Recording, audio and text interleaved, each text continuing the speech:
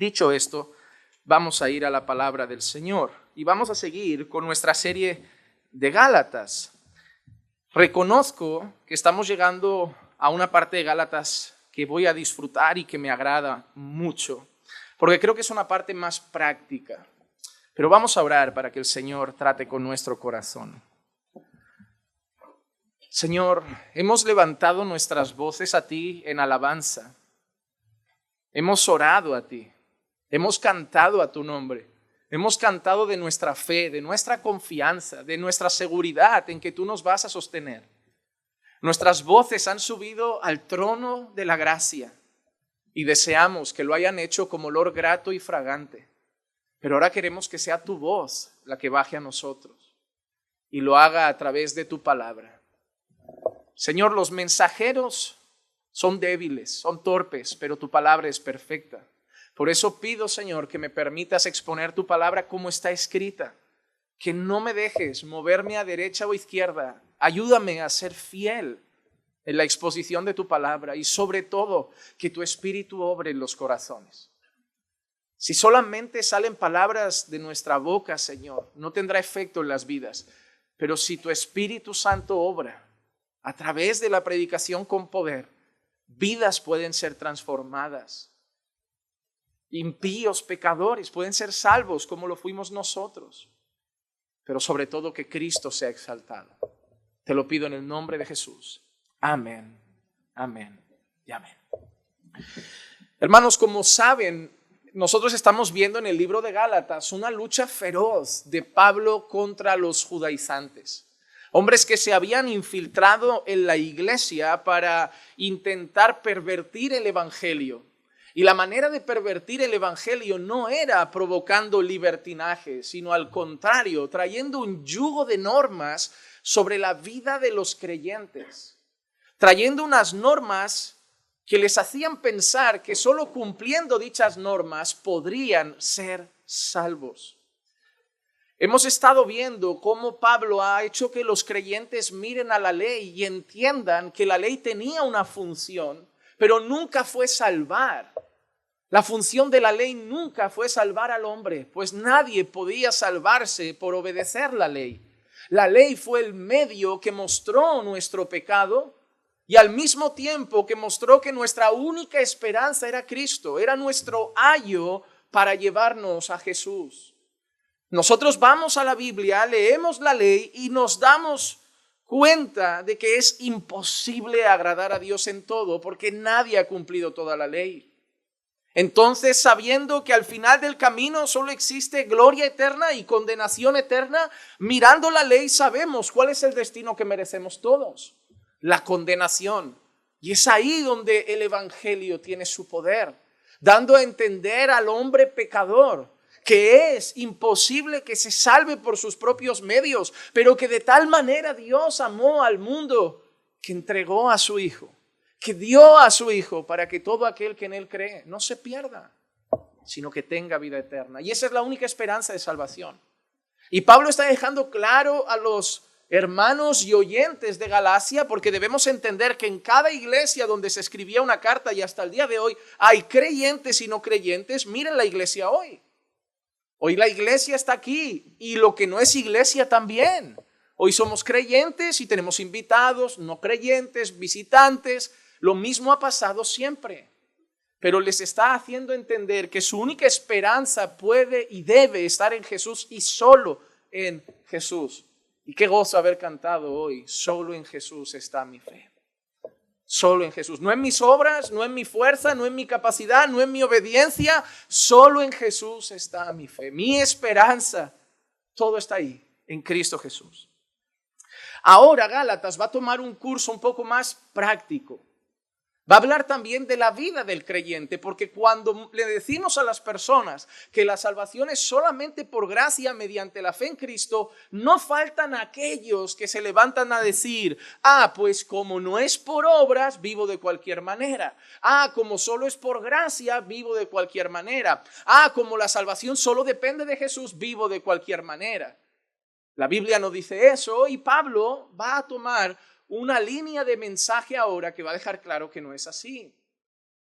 Pero lo primero que Pablo va a dejar claro hoy, antes de llegar a ese punto que veremos la semana que viene con el mensaje de libertad, no es libertinaje. Pablo va a hablar de otras cosas. Yo quiero empezar con una frase de Andrew Murray que dijo así: no confundas trabajo y fruto. Puede haber una gran cantidad de trabajo para Cristo que no sea el fruto de la vid celestial. Qué frase tan corta, pero que puede amargarte tanto el día. No confundas trabajo con fruto. ¿Qué quiere decir eso? Bueno, que puede ser que tú te hayas vestido como un creyente por cumplir una norma, pero no lo hayas hecho por tu corazón, por el fruto de la obra de Dios en ti. Puede ser, como hemos dicho esta mañana, que hayas cantado canciones porque es lo que se hace, hay que cantar, se debe cantar, pero no haya nacido de un corazón restaurado y salvo y no sea el fruto de la obra de Dios en ti.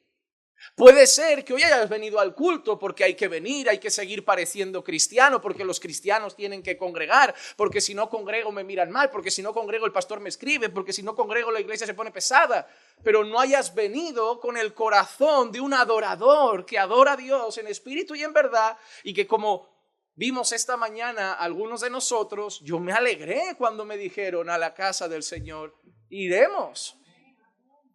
Podemos estar haciendo las mismas cosas, pero unas hechas por un corazón que ha nacido de nuevo y es el fruto de una nueva vida en Cristo, y otros hacer las cosas porque hay que hacerlas. Porque si llego al final de mi vida habiendo congregado, si muero el último día de mi vida, si parto de esta tierra habiendo congregado hasta el final casi, pues seré salvo. Y ese es el problema. El problema es cuando intentamos hacer trabajo para Dios. Eso no es fruto de Dios en nosotros. La cuestión no es tanto lo que estás haciendo, la cuestión siempre va a ser el corazón, el por qué lo haces. Por ejemplo, una persona que cumple ciertas normas va a vivir irritado si otros no las cumplen. Es que debe hacerlo, es que debe hacerlo. Él no es feliz haciéndolo y necesita que el resto sea igual de infeliz que él. Como para él es una carga, como para él es un suplicio, es un problema, se enfada si el resto es feliz, porque no cumple esa misma carga que él se ha puesto. Incluso llegará a decir: quien no haga esto, quien no se ponga esto, quien no cumpla esto, se irá al infierno. Ok, entonces es haciendo cosas que vamos al cielo. Eso es lo que estaban haciendo los falsos maestros. Eso es lo que estaban haciendo los judaizantes. Si no os circuncidáis, no podéis ser salvos. No podéis ser salvos. Ahora, Pablo empezará a decirnos algo curioso. Y lo primero es que los judaizantes no vienen de Dios. Ni los de la época de Pablo, ni los de nuestra propia época. Porque en Gálatas 5, a partir del versículo 7, Pablo empieza a decir: vosotros corríais bien. ¿Quién os impidió obedecer a la verdad? Esta persuasión no vino de aquel que os llama. Ellos estaban corriendo bien, ellos habían escuchado el evangelio, ellos habían oído la verdad, ellos habían escuchado sobre Cristo, sobre la cruz, porque era el mensaje de Pablo: nosotros predicamos a Cristo y este crucificado. Sin embargo, a pesar de haber empezado corriendo bien, alguien estaba impidiendo que obedecieran a eso que habían escuchado desde el principio. Alguien estaba desviando su pensamiento, alguien estaba desviando su mente, alguien estaba alejando su corazón del evangelio y poniéndolo en otras cosas. Y Pablo les deja claro: esta persuasión, este vídeo, esta enseñanza, esto que estáis escuchando no viene de aquel que os llama, no viene de Dios. Hermano, un pastor no tiene la obligación de impedir que tú acabes en una secta. Solo tengo la obligación de decirte: eso es una secta. Si tú al final vas allí, yo jamás me podré sentir culpable. Me puedo sentir triste, me puedo sentir mal, como un padre que no puede evitar que su hijo acabe en las drogas. Su responsabilidad es decirle: no lo hagas. Pero el padre no se puede culpar si el hijo acabó drogadicto y el padre le dijo: eso es malo, eso no debes hacerlo. Papás tienen que saber cuál es su límite. Hay padres que se culpan por las decisiones que toman sus hijos. No, cúlpate si no le has enseñado, cúlpate si no has hecho tu parte. Pero, hermano, no te puedes culpar de que tu hijo tome malas decisiones cuando tú le has dicho no lo hagas. No eres responsable ante Dios, eres responsable si no le instruiste, si no le enseñaste, si le abriste la puerta y le dijo sal con ese sinvergüenza, si le dejaste a tu hija ir con aquel bandido, ahí sí, porque tú abriste la puerta, tú lo permitiste, pero si tú cierras la puerta y tu hijo salta por encima, tú no puedes culparte del pecado de tus hijos. Puedes culparte de hacérselo fácil, pero no de sus decisiones. Pablo no se puede culpar de lo que al final hagan los Gálatas, pero Pablo tiene la obligación de decirles, esos hombres no vienen de Dios, esos maestros no vienen de Dios, esa iglesia no es una iglesia de Dios. Hay personas que dicen, los pastores no deben juzgar otras iglesias, no deben juzgar otros pastores. Eso es un error. Jesús advierte contra falsos pastores, cuidaos de los falsos maestros. El apóstol Juan lo hace, el apóstol Pablo lo hace, el apóstol Pedro lo hace. La carta de Judas es prácticamente dedicada a falsos maestros. Ahora, tú vienes a decir a todos los demás que no deben hacerlo. Estás muy equivocado. Es como decirle a un padre que no debe advertir a su hijo de los falsos amigos, de las malas personas, de las malas compañías, porque tu hijo es responsable de saber juzgar. No. Hasta que tu hijo sea responsable para saber discernir, tiene una edad temprana en la que no sabe distinguir las cosas. Hay un montón de personas que todavía no conocen sus Biblias, no conocen bien el Evangelio, que pueden caer en las redes de cualquier secta y farsante, y tenemos una responsabilidad por amor a su alma de decirle por ahí no es. Es que el Evangelio de hoy se ha distorsionado tanto que corregir es juzgar mal. Y la Biblia no prohíbe juzgar, la Biblia prohíbe juzgar de una manera inapropiada. La Biblia al contrario dice juzgar con justo juicio. Pablo no está juzgando, aunque si Pablo escribiera las mismas cosas hoy en Facebook y publicara un vídeo haciendo esto, le dirían, ¿quién te crees tú para juzgar a otros? ¿Quién te crees tú para decir quién viene de Dios y quién no? Yo no, la Biblia. La Biblia, el Señor ha definido un pastor y un falso maestro. Yo tengo la responsabilidad de decir, eso es un falso maestro. Y no está mal nombrarlos, decir que Cash Luna es un falso maestro, que Guillermo Maldonado es un falso maestro, que Rudy Gracia es un falso maestro, que la señora Yesenia Den es una falsa maestra. Decir eso no nos hace malos. Lo que nos haría malos es saber que engañan multitudes y callarnos, porque nos volvería casi cómplices de sus engaños. Hermano amado, Pablo está advirtiendo, esa gente no viene de Dios. Esa gente no viene de Dios. Lo primero que usa es una expresión curiosa, vosotros corríais bien. Y qué interesante esa expresión, porque nos da a entender que la vida cristiana es como una carrera. Pablo usa muchas metáforas para hablar. A veces habla de batallas, a veces habla de juzgados, de juicios. También a veces habla de deporte. Y asocia la vida cristiana con una carrera. En 1 Corintios 9:24, por ejemplo, dice, ¿no sabéis que los que corren en el estadio, todos en verdad corren, pero solo uno obtiene el premio? Corred de tal modo que ganéis. Mira qué interesante, le dice a los creyentes, corred de tal modo que ganéis. ¿Qué le ha dicho a los Gálatas? Vosotros corríais bien. Estabais corriendo de la manera adecuada, estabais en la pista correcta, estabais en el carril correcto. El problema es que como lo empieces a torcer, vas a acabar muy mal. Hay gente que considera que si torcemos mucho algo, entonces está mal, pero si se tuerce un poquito no hay problema. Mi iglesia está bien, solo tuerce esto. Hermano, si tú coges un avión de Barcelona a Sao Paulo, a Brasil, y lo tuerces desde el principio mucho, se nota que al final no va a acabar en Brasil. Pero tú no tienes que torcer el avión mucho para que no acabe en Brasil. Con que en vez del camino recto yo lo tuerza 2 centímetros, a lo largo de todo ese trayecto, esos 2 centímetros cada vez van a ser más notorios. Al principio no, parece que solo has movido el morro del avión 2 centímetros, pero cuando lleves miles de kilómetros eso ya está en Cancún. Con la falsa doctrina pasa igual. Tú puedes estar corriendo bien y decir, solo me he torcido un poquito. Ahora no se nota. En un tiempo se nota mucho. Mira la gente que está mal ahora espiritualmente. Empiezan faltando un poco a la iglesia. Ahora no se nota, faltan un poco. Luego faltan más, luego faltan más. Dentro de un año se dará cuenta la iglesia de lo mal que estaban. Parecía poca cosa al principio. Todo parece poca cosa al principio. Los matrimonios se estropean con pocas cosas al principio, que dentro de 2 años ha estallado y dices tú, ¿cómo hemos llegado aquí? ¿Cómo? Con una poquita cosa, cada día, hemos acabado en este desastre. Si tú le consientes a tu hijo una poca cosa mala, un día no pasa nada, otro día no pasa nada y dentro de 4 o 5 años, cuando tu hijo tenga 17, te darás cuenta que esa poquita cosa que empezaste a consentir ahora es un desastre. Nada es pequeño cuando se trata de pecado. El pecado mata. La dejadez espiritual mata. El descuido de la oración mata. El descuido de la palabra de Dios mata. La vida cristiana es una carrera y como te salgas un pelín del carril, al final del camino no acabas en la meta, acabas en otro lado. Ahora no lo vas a notar, lo vas a notar dentro de un tiempo. Esta semana, solo fueron un par de días que no oraste, pero no se nota grave.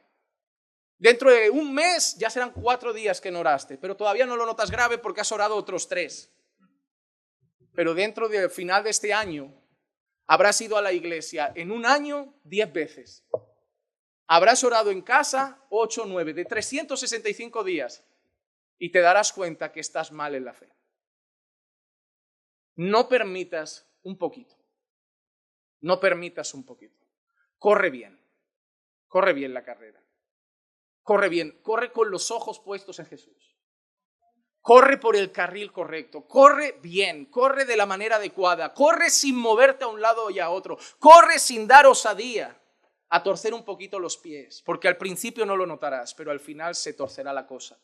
Los judaizantes no llegaban cambiándolo todo, no les decían Cristo está mal, decían no, Cristo está bien, pero suma esto, y otro poquito, al final eso era otro evangelio. Parecía el buen evangelio con alguna cosita, y al final es otro evangelio.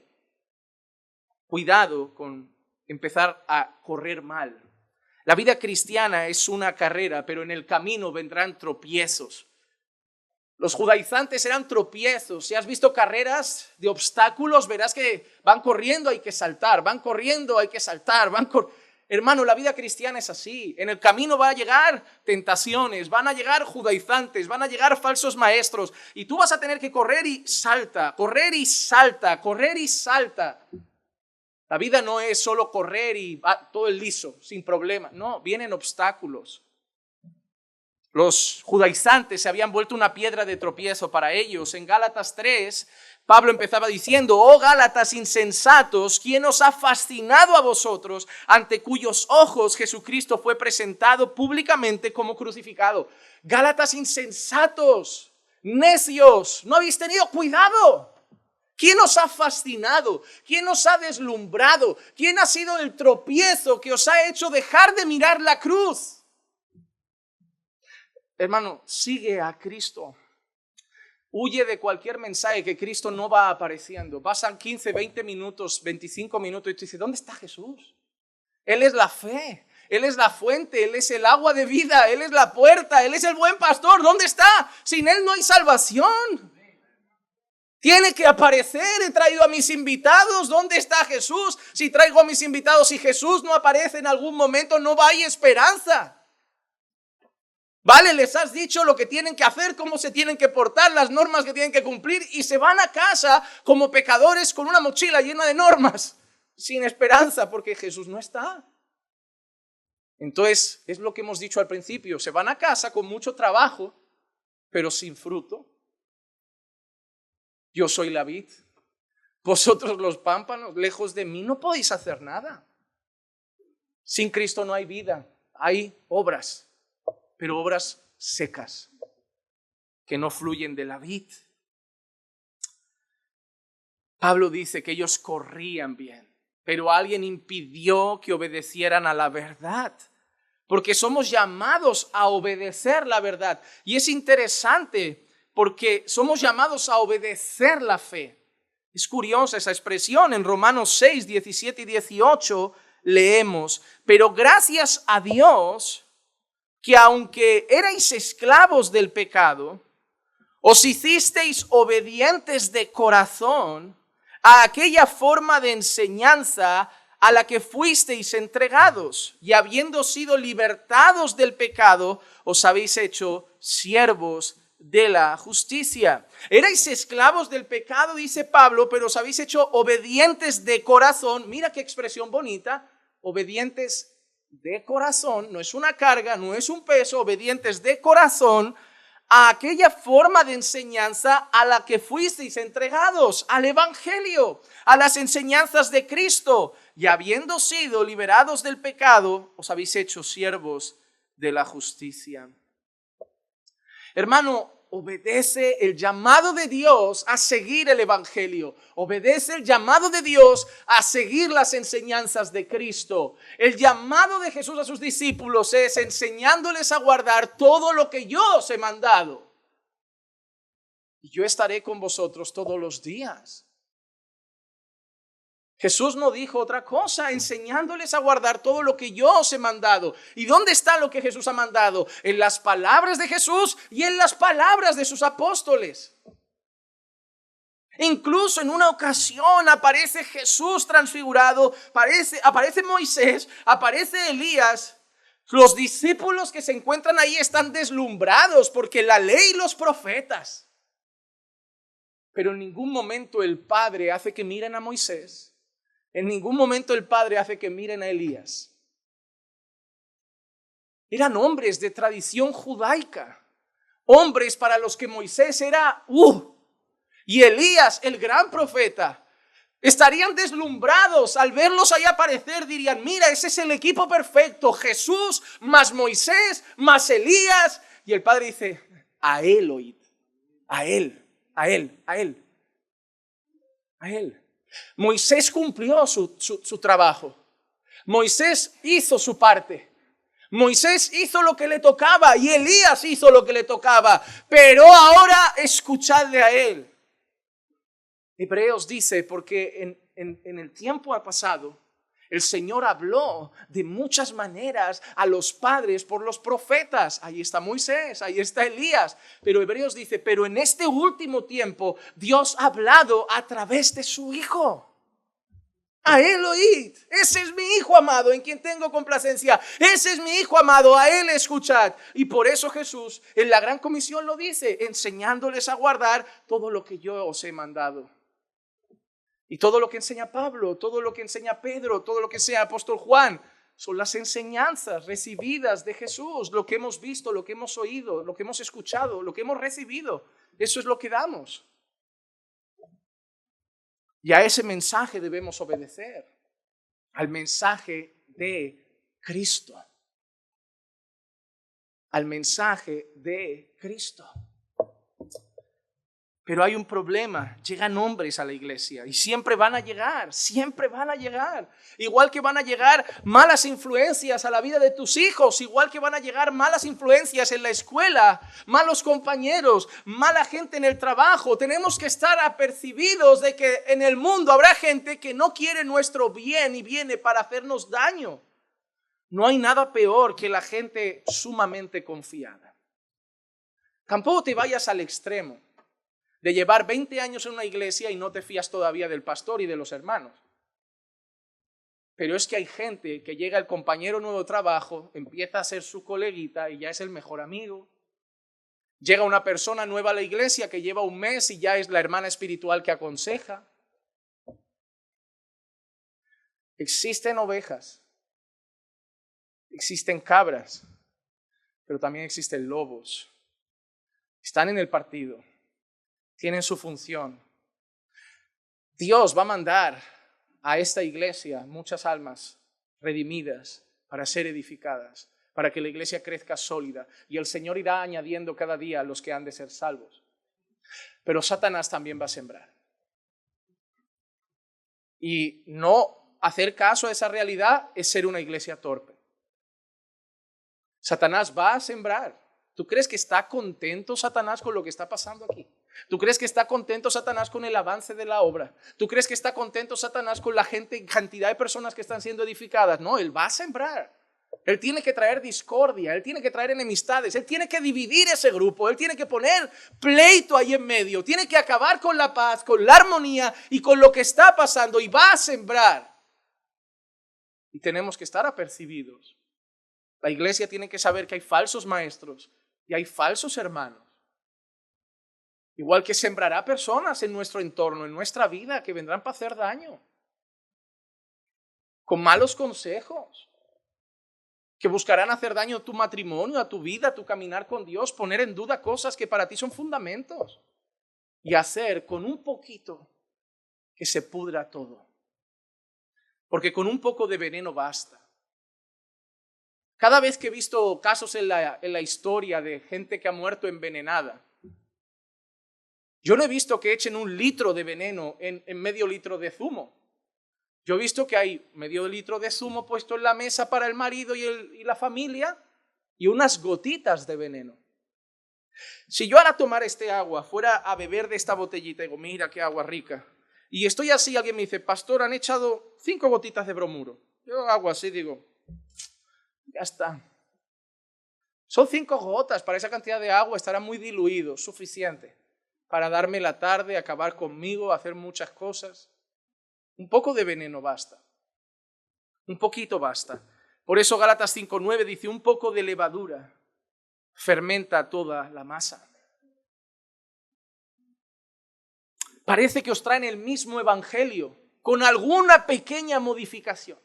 Parece que es una buena iglesia, con alguna pequeña modificación. Parece que es un verdadero creyente, con alguna pequeña modificación. Pero un poco lo cambia todo.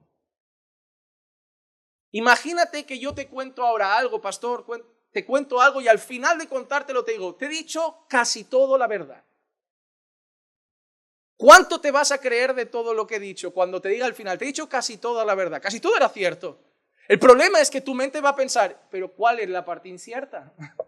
¿Cuál me creo y cuál no? Yo solo puedo decirte que hay un poquito de mentira en todo lo que te he contado. Todo lo demás es cierto. Tú ya no te vas a creer nada. Porque ahora todo parece mentira.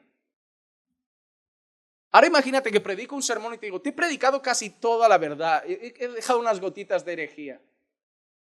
Lo más triste es que hay personas que interpretan muy mal un pasaje y van a iglesias donde hay un poco de herejía y te dicen, bueno, hay que tomar lo bueno y desechar el veneno. Ok, qué bueno es ir a una iglesia cada domingo donde te dan un buen plato con un poquito de veneno y tú tienes la responsabilidad de separar el veneno de la buena comida. Hoy voy a llegar a lo mejor a casa, Clicia me va a dar la cena y me va a decir, cariño, solo una cosa, entre el pollo, las patatas y el arrocito he puesto un poco de veneno, el resto está todo bien. Ok, gracias por avisar. Va a venir Clicia 2 horas después, ¿qué haces? Come, digo, estoy intentando averiguar dónde está ese poco. No, yo quiero que Clicia venga y me diga, amor, te he puesto todo el plato de comida y cómetelo entero y disfrútalo porque no tiene nada de veneno. A ver, también quien lo envenena no suele anunciarlo, pero qué bueno es venir a un sermón que tú digas desde el principio a fin, puedo decir amén y me puedo edificar y viene del Señor. Los judaizantes traían una gran parte del mensaje, correcto, pero con un poquito de cambio. Hermano, ese poquito de levadura casi siempre es utilizado, o siempre prácticamente es utilizado en la Biblia con un sentido negativo. La levadura no suele aparecer en la Biblia con un sentido positivo. Por ejemplo, del pecado en la vida del creyente también lo menciona Pablo como levadura. En 1 Corintios 5:6 dice, vuestra jactancia no es buena. ¿No sabéis que un poco de levadura fermenta toda la masa? ¿Sabes qué era ese poco de levadura? En ese contexto había un señor que se había acostado con la mujer de su padre. Y los corintios miraron a otro lado. Es como, a ver, la iglesia no está mal, solo tenemos un hombre que se está acostando con la mujer de su padre, pero la iglesia en general está bien.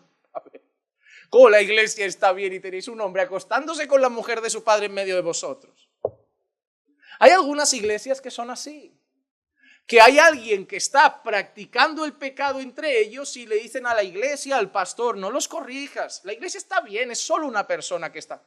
Ya, pero es una persona que dice ser creyente, es una persona que dice ser hijo de Dios, es una persona que dice ser miembro de nuestra congregación y viviendo de esa manera. No, la iglesia no está bien si consentimos el pecado en medio de nosotros. Un poquito está estropeando toda la iglesia. Tenemos que cuidar toda la iglesia. Ah, pastor, céntrate en aquellos que están bien, deja a aquellos en las manos de Dios. Si dicen que son iglesia, no. Si dice que son miembros, no. Si dice que son parte de esta iglesia, no. Si dicen que yo o el pastor Marcos somos sus pastores, no. No, un poco de levadura está estropeando todo el testimonio de la iglesia. Imagínate que ahora todos estáis en silencio, respetando el culto, y solo una persona empieza a sonar el teléfono, a hablar, cuchichear. Estropeó todo el culto. Una sola persona está dejando un mal culto al Señor. Hubo un tiempo donde unas personas tomaron unas cosas prohibidas en el Antiguo Testamento, solo unas personitas, una familia, una persona. El resto no lo había hecho. Podían haberlo dejado en medio del pueblo, total, era una familia. No, los mataron a todos. El pueblo tiene que ser santo. No tiene que ser el pueblo santo y dejar un grupito que no. No, el pueblo debe ser santo. Por eso Jesús dice, si tu hermano peca, ve y repréndelo. No consentamos el pecado en medio de la iglesia. No consientas un poco de pecado en tu vida. No puedes decir, estoy bien con el Señor, solo tengo un problema con la inmoralidad. No estás bien. ¿Cómo un creyente lleno del Espíritu Santo puede decir, yo solo tengo un problemita con la inmoralidad, el resto anda bien? No, yo estoy bien con el Señor, solo me voy a divorciar, pero estoy bien con el Señor. No anda bien la cosa. Pero hay creyentes que creen que están bien y solo tienen un pequeño problema. Con lo que he dicho antes, ese pequeño problema va a hundir tu vida espiritual. Va a hundir tu vida espiritual. No puedes permitir un poco de pecado en tu vida. Ah, ya me he quitado tantas cosas, por esa cosa no pasa nada. El Señor pide que te quites todo lo que no le agrada a Él, no todo menos una cosa. El Señor te quiere completamente consagrado a Él. Es un proceso. Nadie es perfecto en esta sala, pero estamos corriendo para limpiarnos cada día y no decimos estoy bien cuando todavía lucho con algo. Es más, te digo algo, dudo que ninguno de nosotros de este lado de la eternidad lleguemos a sentirnos bien del todo ante el Señor. Porque de este lado de la eternidad nunca estaremos perfectos. Llegaremos a la gloria, nos miraremos, nos abrazaremos y te diré, ¿cómo estás? Y te diré, ahora sí, pastor, ahora estoy bien. Cuerpo glorificado, aquí ya no hay pecado, justicia, gozo, perfección. Y digo, ahora sí, pero de este lado, ¿cómo estás? Casi bien. Voy por buen camino. Voy venciendo luchas. Perfecto, no. ¿Cuál es la lucha de ahora? Ahora es mi piedra en el zapato. Vamos a por ella. No dejes ni ese poquito. No afectará. Ahora no, afectará. Tarde o temprano afectará. Un poquito de levadura de pecado afecta toda la masa. Porque el pecado entristece al Espíritu Santo. Afectará tu vida espiritual.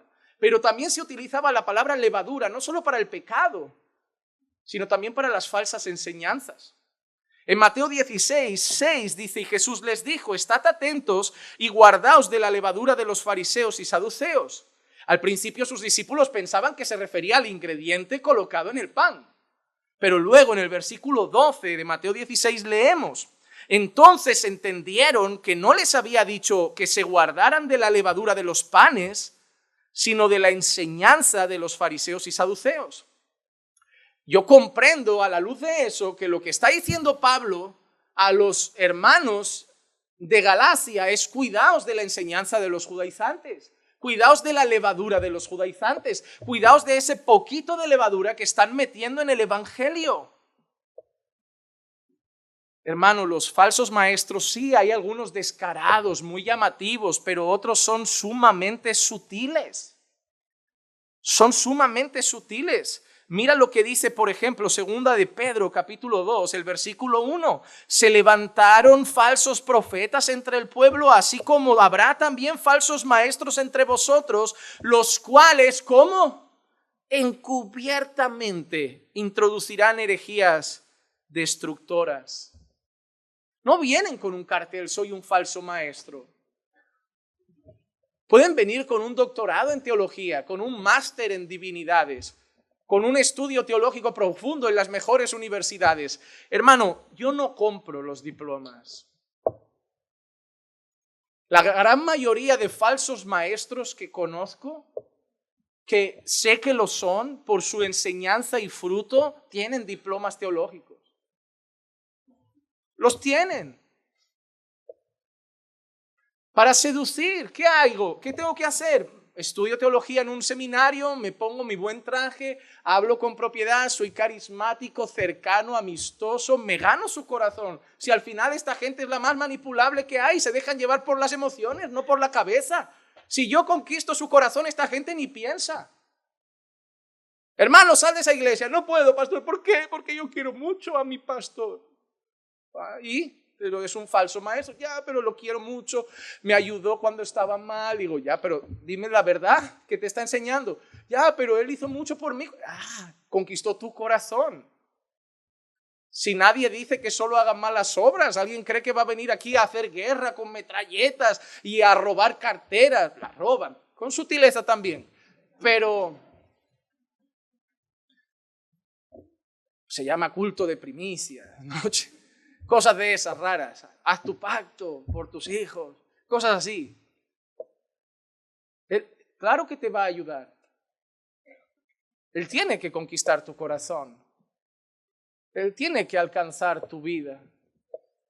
Si yo quiero que pesque un gusano, no he hecho el anzuelo si yo quiero que pesque un pez, no he hecho solo el pedacito de hierro ahí así para que lo vea claramente. Le tengo que poner un gusanito, ganarme su corazón, ganarme sus ojos, ganarme... Y cuando muerda ya se dará cuenta que ya es mío.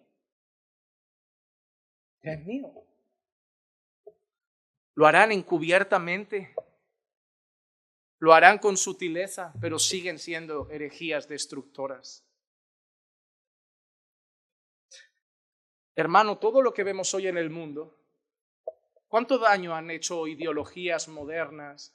¿Te has dado cuenta? Hoy vemos nuestras calles llenas de banderas con el arco iris, pintan los bancos de las plazas, los pasos de peatones.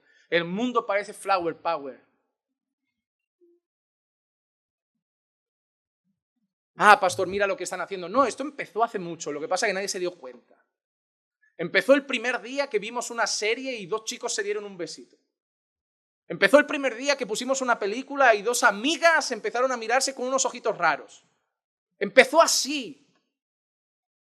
Empezó con una imagen en un póster de colonia con un hombre medio femenino.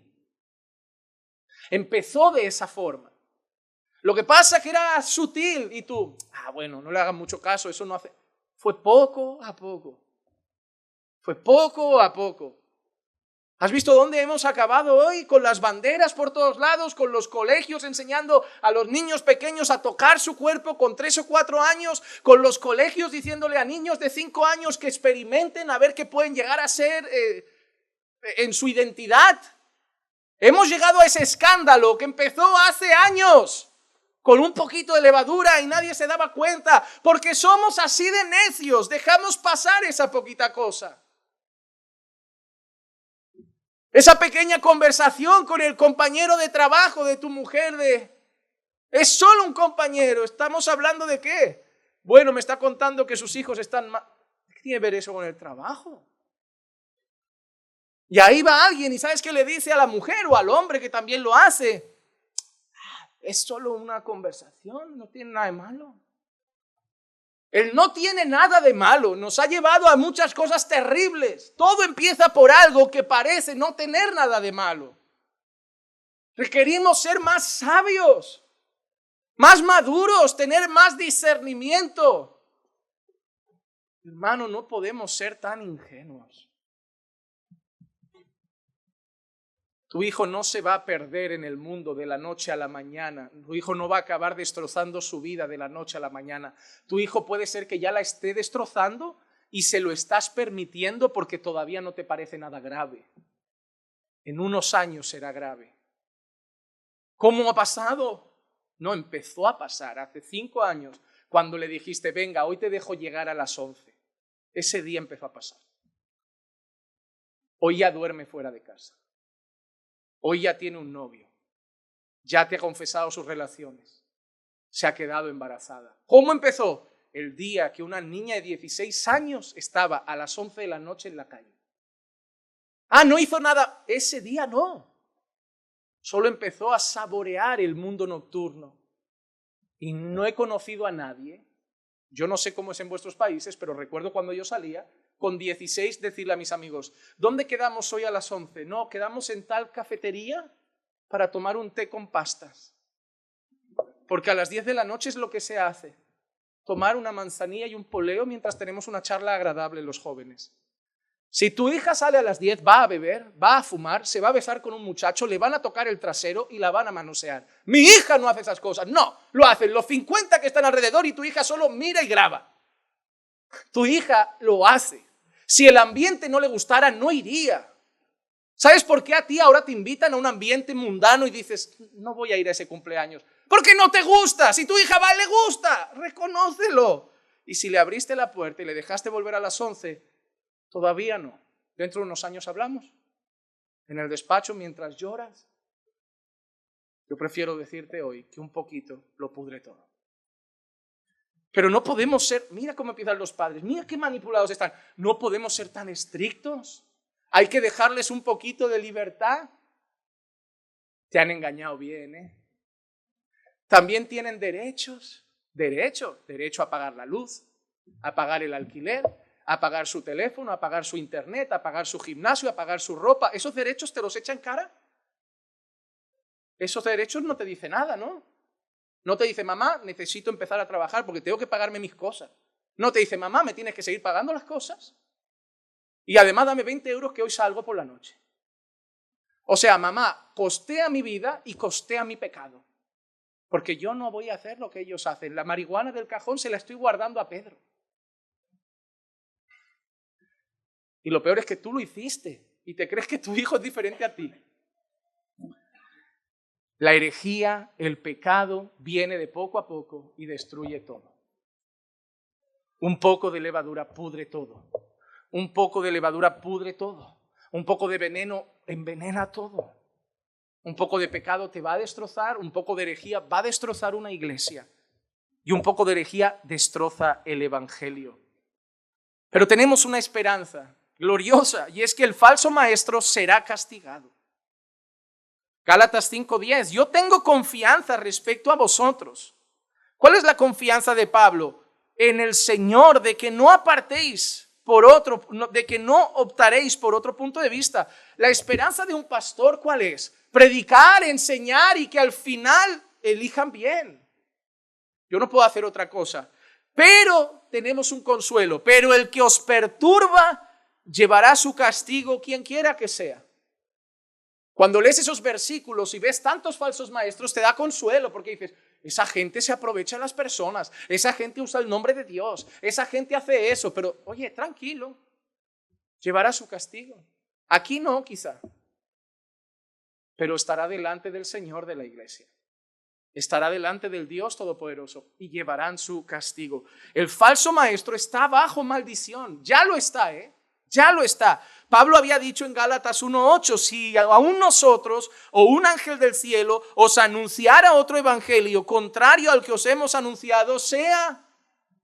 Pablo dice algo, está bien, quieren traer otro evangelio, pero yo os digo algo, son malditos, la maldición de Dios ya está ahí, sobre ellos, solo esperando el día del juicio, porque el falso maestro será condenado. Segunda de Pedro 2:1, pero se levantaron falsos profetas entre el pueblo, así como habrá también falsos maestros entre vosotros, a los cuales encubiertamente introducirán herejías destructoras. Pero mira cómo seguía el versículo.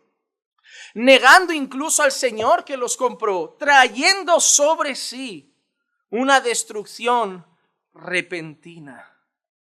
una destrucción repentina. Por eso el versículo 3 añade Pedro, y en su avaricia os explotarán con palabras falsas, harán mercadería de vosotros. El juicio de ellos desde hace mucho tiempo no está ocioso, ni su perdición está dormida. No escaparán de Dios. Los que han usado a la iglesia no escaparán de Dios. Los que han torcido el evangelio no escaparán de Dios. Los que se han aprovechado de los incautos no escaparán de Dios. Los que han trasquilado a las ovejas y han hecho mercadería del pueblo no escaparán de Dios. Los que han usado la palabra de Dios para su propio lucro no escaparán de Dios. Los que se ponían sin temor en un púlpito, abrieron un local llamado iglesia y solo lo usaron para un trampolín a su beneficio, no escaparán de Dios. Los que en vez de ver personas necesitadas del evangelio, vieron bolsillos de los que sacar cosas, no escaparán de Dios. Los que torcieron el evangelio, hicieron que las personas dejaran de mirar a Jesús para mirar otras cosas, aunque sea la Torá con mucho celo, pero apartándolos de la cruz de Cristo, no escaparán de Dios. Los que pusieron un poquito de levadura, no escaparán de Dios. Los que envenenaron un poco el mensaje, no escaparán de Dios. Los que se aprovecharon un poco de la santa iglesia de Dios, no escaparán de Dios. Los que utilizaron a los redimidos incautos para su propio lucro y beneficio no escaparán de Dios. Escaparán de los hombres, escaparán de Hacienda, escaparán del gobierno, escaparán de las personas, incluso de otros pastores. Hablarán de ellos y se saldrán con la suya. Pondrán sus mentiras delante de las personas, pero seguirán haciendo sus negocios. Pero no escaparán de Dios. Su juicio no está dormido. Su destrucción se acerca. O estarán delante de Dios y arderán en el infierno por toda la eternidad. No habrá casa ni mansión, yate ni jet privado que pueda pagar el perdón de Dios ese día.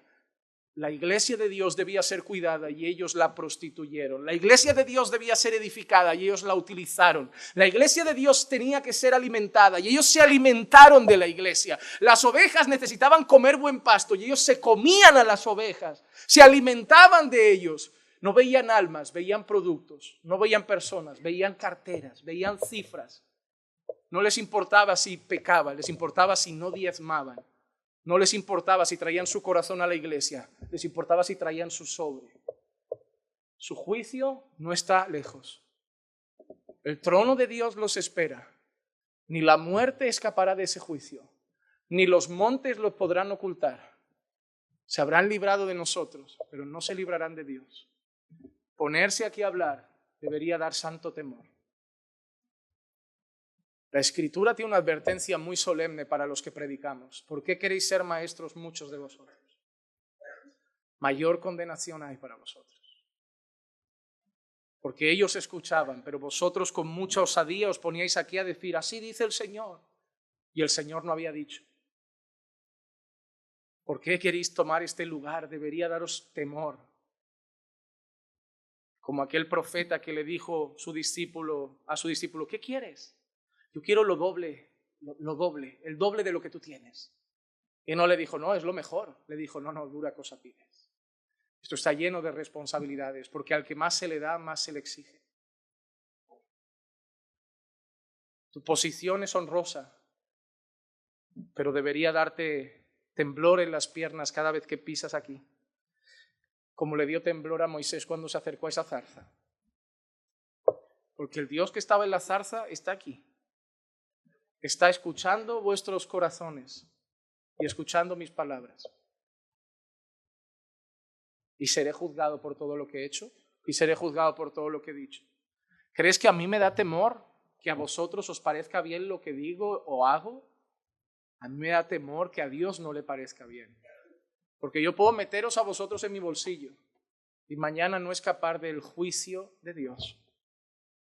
Yo quiero mirar al cielo al terminar cada culto, cada semana, cada día de servicio para la iglesia, mirar al cielo y desde el cielo ver los ojos de Dios aprobando lo que he hecho hoy.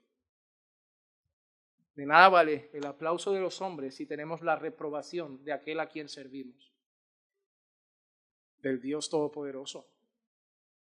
Y hay una esperanza para los pastores que tienen celo por las almas. No podemos hacer nada, no podemos convencerles de que los están engañando, pero Dios hará justicia. Y Pablo tenía mucho celo, por eso Pablo dice una frase curiosa en el versículo 12. Ojalá que los que os perturban también se mutilaran. Oh, Pablo, se te acaba de ir un poco la cabeza. No, ahí ves algo. Pablo es un ser humano, se está calentando demasiado. Pablo está viendo que los están seduciendo, que los están engañando, que hay hermanos que han tomado el bisturí para circuncidarse. Y Pablo dice, ojalá esa gentuza se mutilara también. Ellos les estaban diciendo que debían circuncidarse, ¿verdad? Para ser salvos.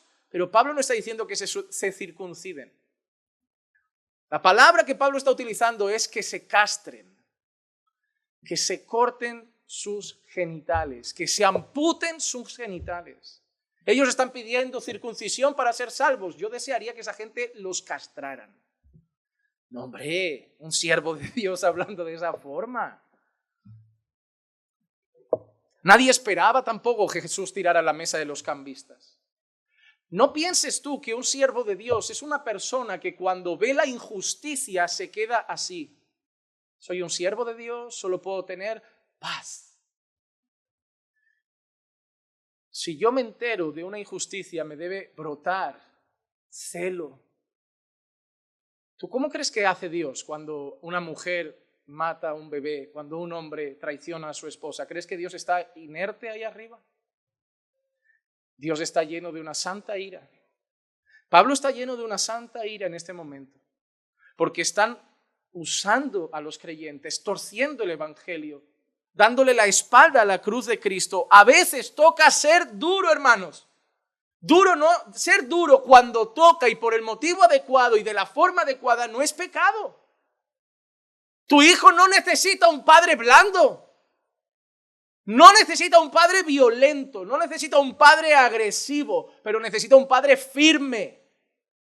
A veces toca ser duro. Primera de Timoteo 1, 19 al 20, guardando la fe y una buena conciencia que algunos han rechazado y naufragaron en lo que toca a la fe, entre los cuales están Himeneo y Alejandro, a quienes he entregado a Satanás para que aprendan a no blasfemar. Mira, Pablo, toma medidas drásticas. Esa gente ha naufragado de la fe, está torciendo el evangelio, los he entregado a Satanás. Medidas drásticas. Pero ¿por qué Pablo usa la expresión castración? Para mí tiene sentido para esos hombres que la Torá es tan importante. Deuteronomio 23:1 dicen, ninguno que haya sido castrado o que tenga cortado su miembro viril entrará a la asamblea del Señor. Una persona castrada no podía estar en medio del pueblo de Dios. No podía estar. Bueno, y otros defectos físicos. Si tanto les gusta la Torá, no deberían dejar entrar a su iglesia personas con ciertos defectos físicos que no podían entrar en el templo. Pero Pablo está diciendo con esa expresión que esa gente no debería ni siquiera estar en medio del pueblo de Dios. Ese es el deseo de Pablo. El deseo de Pablo es que esa gente no esté en medio del pueblo de Dios.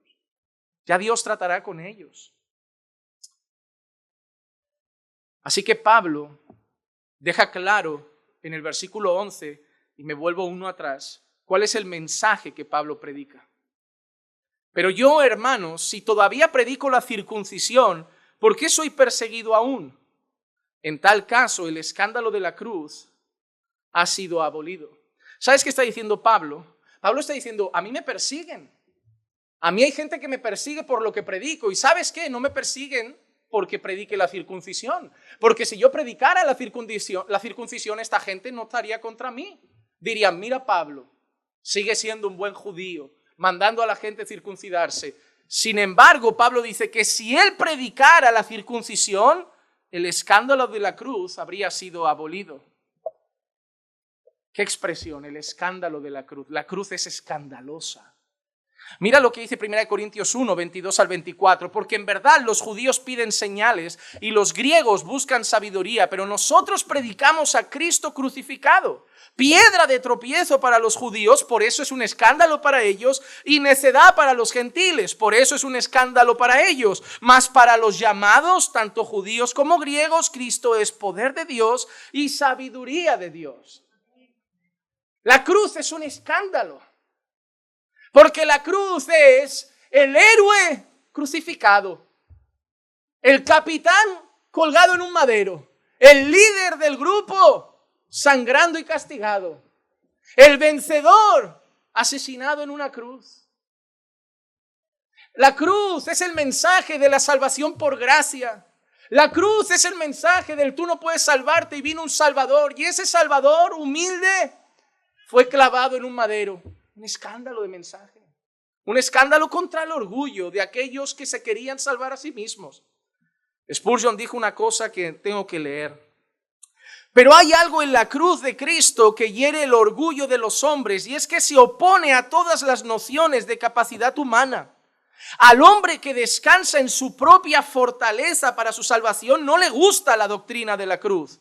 Si alguien predicara un evangelio que le dijera al pecador que tiene poder para salvarse, si predicara un evangelio que dijera, puesto que Cristo murió para poner a todos los hombres en condiciones de ser salvables, ellos solo deben ejercitar poder que tienen y serán capaces de salvarse a sí mismos. Si un hombre predicara algo que exalte la habilidad y fortaleza de la criatura, no ofendería nunca a los oyentes no regenerados. Ese mensaje sería aceptado por todos. Cristo ha muerto y te ha dado poder. Ahora tú tienes que guardar tu salvación. Tienes poder en Cristo para guardarla, atesorarla. Depende de ti. ¿Cuántas veces has escuchado eso? Tu salvación depende de ti. Depende de ti. Y ese mensaje lo aceptan con gozo. ¿Cómo? Porque llevamos el orgullo dentro. Claro que sí, depende de mí. ¿De quién va a depender? Y madres le dicen a sus hijos: tu salvación no depende de mí, hijo, yo no te puedo salvar. El hijo que sepa de Biblia va a decir: y tú tampoco te puedes salvar, mamá. Te salvó Jesús. No te estás salvando tú, tampoco quiero que me salves a mí. Tú no puedes salvarte a ti, ¿cómo vas a salvar a mí? A todos nos tiene que salvar Jesucristo. Que ninguna mamá llegue a su hijo con aires de yo soy la buena cristiana. Hijo, yo te salvaría si pudiera, pero es individual. Depende la mía de mí, la tuya no, depende la tuya y la mía de Jesucristo. No de ti ni de mí. Ah, pero yo tengo que vivir en santidad. No, tú vives en santidad porque Él te salvó. Volvemos a lo mismo. Tú no tienes que vivir en santidad para salvarte. Estás entonces trabajando, no dando fruto. Estás ganando el cielo, no dando gracias porque el cielo se te ha dado. A mí me han regalado la salvación. No me han dicho: sálvate, Juan Manuel. Yo he hecho mi parte, ahora espabilate. Y yo, claro que sí, yo no soy cualquiera. Yo lo que me propongo lo consigo. Y si hay que llegar al cielo, se llega. Yo no acabo ni la dieta, voy a llegar al cielo, hermanos. Voy a llegar al cielo. Me propongo ser manso un mes y me cuesta. Me propongo tener la mente centrada, ningún pensamiento malo contra nadie, me cuesta. Me propongo no hacer ningún comentario indebido en un año y me cuesta. ¿Voy a llegar al cielo? No. Pero yo tengo un sumo sacerdote a la diestra del Padre que dice: ese sigue siendo torpe. Gracias a Dios que le hemos dado al Espíritu Santo y lo está perfeccionando. Y Él se esfuerza con los medios que le hemos dado. Pero si se tuviera que ganar el cielo, ahí se queda solo Dios. Pero si va a haber gente en la eternidad, no es porque nos hayan ganado el cielo, es porque Dios los salvó. El hombre no aceptará nunca ese mensaje. 1 Corintios 2:14, pero el hombre natural no acepta las cosas del Espíritu de Dios, porque para él son necedad y no las puede entender, porque se disciernen espiritualmente. El hombre carnal acepta que se debe salvar, pero nunca puede aceptar que alguien lo salvó por pura gracia, porque el Evangelio es un mensaje que solo se discierne espiritualmente. Oh, pastor, y si nadie lo puede aceptar aquí, ¿para qué lo predica? Porque el Espíritu Santo puede iluminar los corazones, puede traer convencimiento y convencer a ese pecador de: sin Cristo no tienes esperanza. Y Cristo no hizo una parte y ahora de aquí en adelante haz la tuya. No, Cristo te salvó de principio a fin. Y vas a obedecer, y vas a honrarle, y vas a guardar sus mandamientos, pero en gratitud, no trabajando, dando fruto, que es diferente. No permitas que un poco de pecado destroce tu casa, destroce tu vida, y no permitas que un poco de falsa enseñanza destroce el Evangelio. Sé sabio, ten discernimiento y que tus ojos no se aparten de Cristo. Corre bien la carrera, no te apartes del carril, para poder decir al final, he peleado la batalla, he corrido la carrera, he guardado la fe, ahora solo me espera una cosa, la corona incorruptible de gloria que el Señor tiene para aquellos que le aman. La corona ya está ahí, hermano, solo corre. Él ya llegó a la meta por ti, Él ya está en la meta, solo corre, Él ya está en la meta. Él te va a sostener hasta la meta. Él te va a guardar en la meta. Él te está esperando en la meta con la corona. Solo corre bien. Pastor, y si he caído, hasta hoy he caído, levántate y vuelve a correr. 7 veces caerá el justo, mas de todas ellas lo levantará el Señor. Vuelve a correr, vuelve a la carrera, vuelve a la pista. Enfócate y quita toda la levadura que solo va a pudrir lo que es puro y perfecto. Vamos a orar.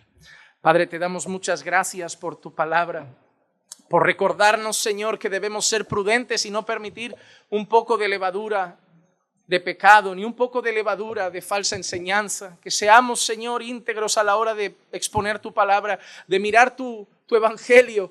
Que seamos, Señor, fieles a la hora de vivir nuestra fe, Señor.